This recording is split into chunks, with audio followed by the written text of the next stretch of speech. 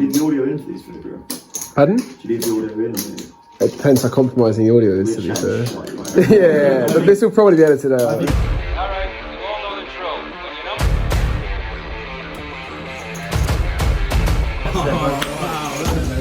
I'm gassed around that one.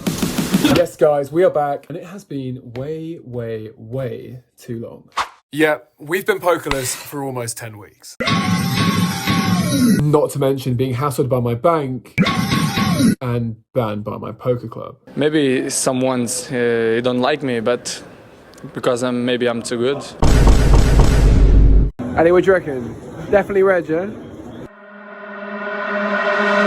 This is Addy, and Addy's just had a dream. Wait, no, I meant the other one. 50 quid, one spin to turn water into wine. But this is Addy, and he's had another dream. Second spin, different colour. But this is Addy. I think we've seen enough. Send him 2-3 years Dagestan and forget. Now, that did seem like a good idea. But when a man offers to punt the rest of his money off to you at the poker table, you can't really ever turn it down.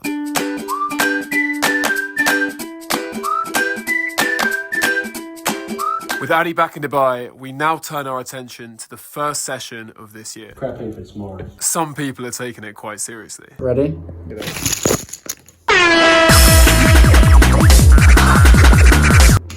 Fuck, I fucked them.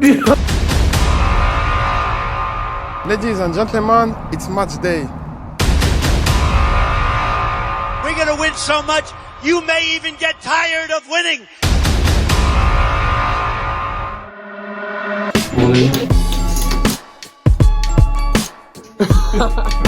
Yes, 60, yes, 60. That's so bad for me. That was the whole thought process. I mean, I fucking pussy out.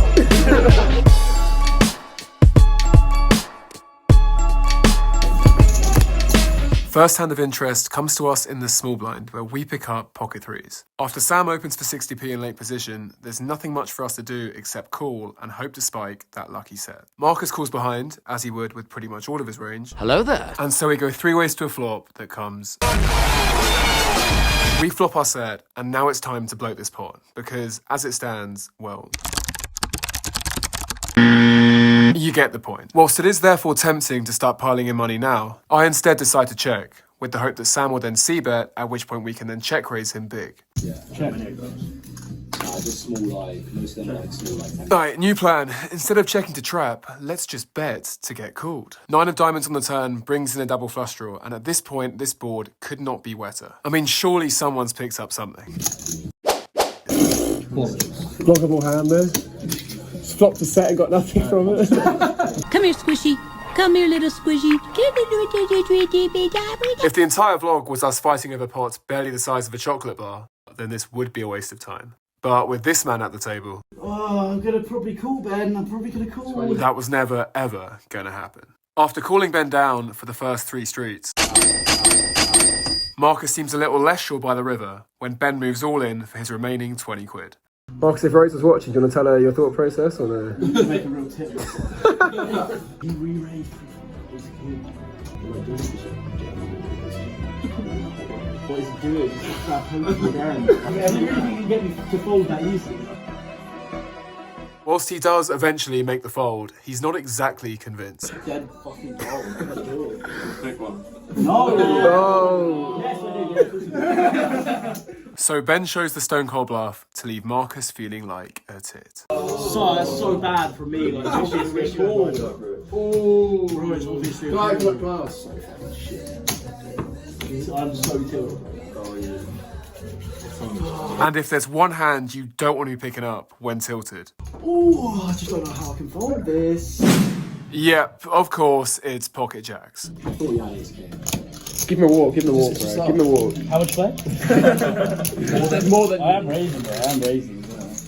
After Marcus 3-bets to 320, Acer makes the call, and so the two go heads up to a flop that comes 8-8-6 two-tone. This really isn't going to get much better for him. Somehow, Marcus has dodged all the overcards, which, given the odds, is not a bad start.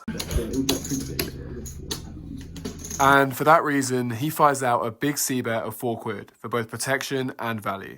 How much you pay? I fear he may have lost his protection. Would you believe it? Marcus once again is facing an all-in. This time for his 25 quid stack. Oh, I just don't know how I can fold this. This definitely got like 2 spades, like 8. There's just airs on my way. Would you? Cool. 8. But Asa does not have an 8. Instead, he shows Queen 10 of spades for the flush draw that Marcus predicted. Despite getting the money in good though, jacks on this board aren't exactly comfortable. Regardless, there was only ever going to be one run out. And only going to be one outcome too. Our first rebuy, Marcus. Yeah, but you never hate it when you make a really good call. How much? That's a good poker.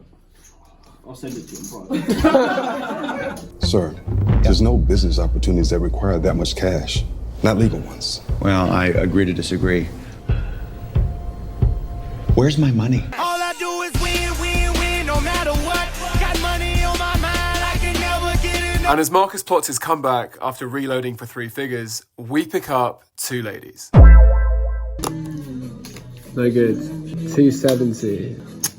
This should have been a much bigger bet. After Shelley raised and got 2 callers, we should have sized up, but we didn't, and so go 4 ways to a flop. That, of course, comes ace high. You dirty bastard, you've done it again! Despite this, action checks through both on the flop and the turn. So when the river comes another blank, I'm not actually feeling too bad then about my pocket queens. Oh, this was the 6th street. And with Shelley saying shit like that and Sam checking behind, it feels like we're going to be good at showdown.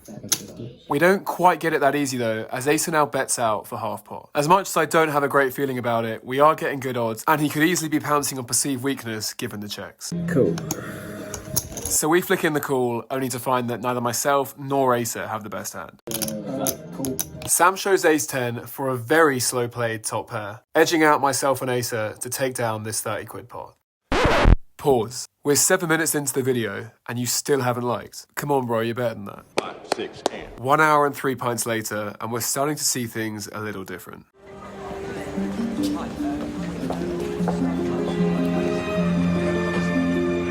Oh no.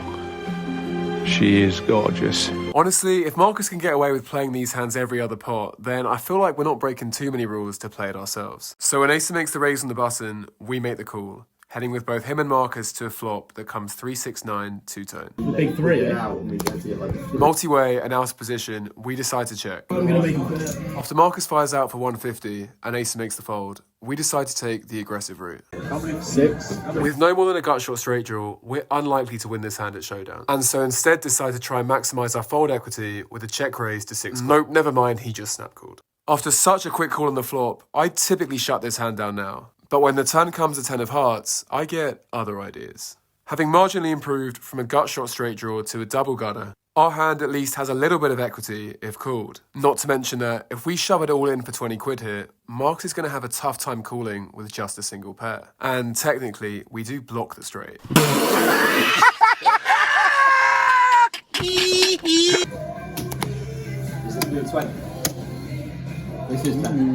So we rip it all in here to put Marcus in the blender. I've got I think you're I'm probably ahead at the moment. 165. I've got a set. Do you have 2 pair? Or? You know you're cooked when you're still bluffing about your hand even after they've called. Oh shit, I'm dead then. I've got a straight draw with no pair.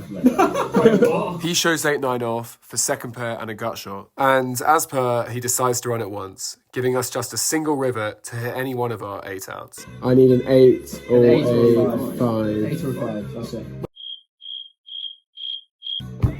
There you go. They run it twice, maybe tilted. 2, maybe 3 more hours go by, and there's quite clearly a runaway leader. Shell's just like quietly building like a fairly healthy stack. I'll build it for him. This is Yusuf, who, alongside cosplaying as an overgrown ball boy and a pseudo-academic, loves to lose money. Cool.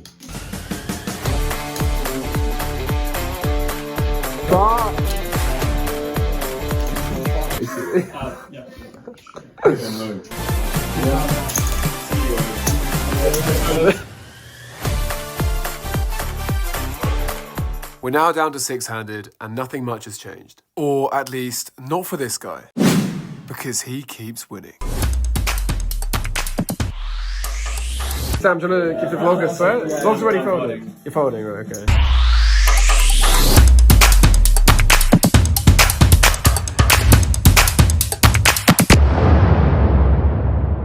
That's not good news. Best hand all night, but it's not the best hand in the stand. Queens. Once or twice. I've got a feeling you had the third hand. Wonderful read. Despite running it twice, Ben can't find improvement on either board. And to add insult to injury, now has to listen to the other boys gassing up Sam. Say that you're fine. You're not really fine. You just can't get into it because they would never. Meanwhile, at our end of the table, we're finally running well.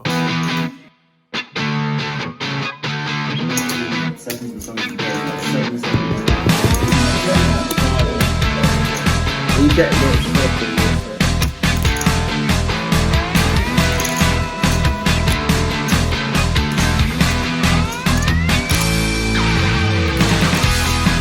I'm good. Whilst we couldn't quite tempt Marcus to continue his bluff beyond the flop,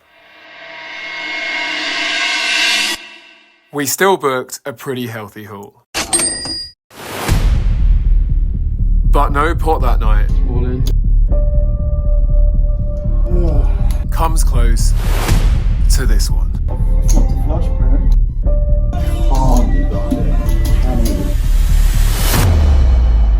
We're well into the early hours of Saturday here when we get down to the biggest hand of the night.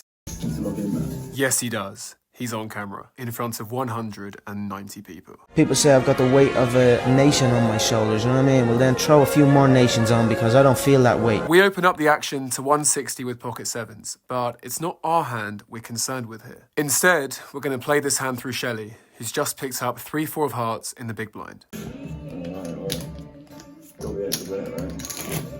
He makes the call, while Stacey completes in the straddle, and so we go 3 ways to a flop that comes Queen 8-9, all hearts. Not a bad flop. Check the hearts. Should have remembered your suit, mate. Having flopped the goods, Shelley's in no mood to slow play, and leads out for half pot. This is followed by a big raise from Acer up to 9 quid, prompting us to get out the way with our sevens and put the action back on Shelley.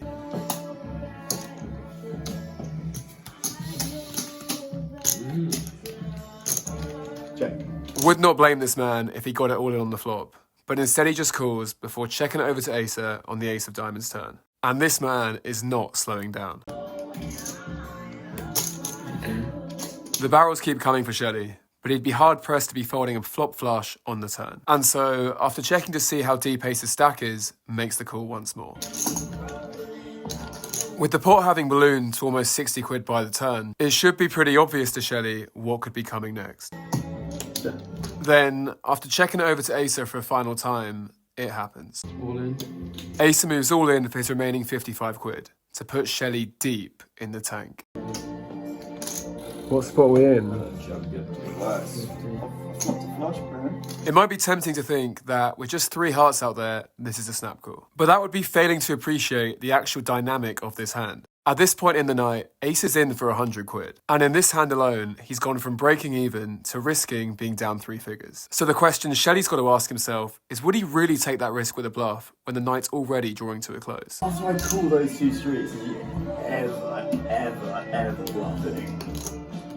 You can't be bluffing.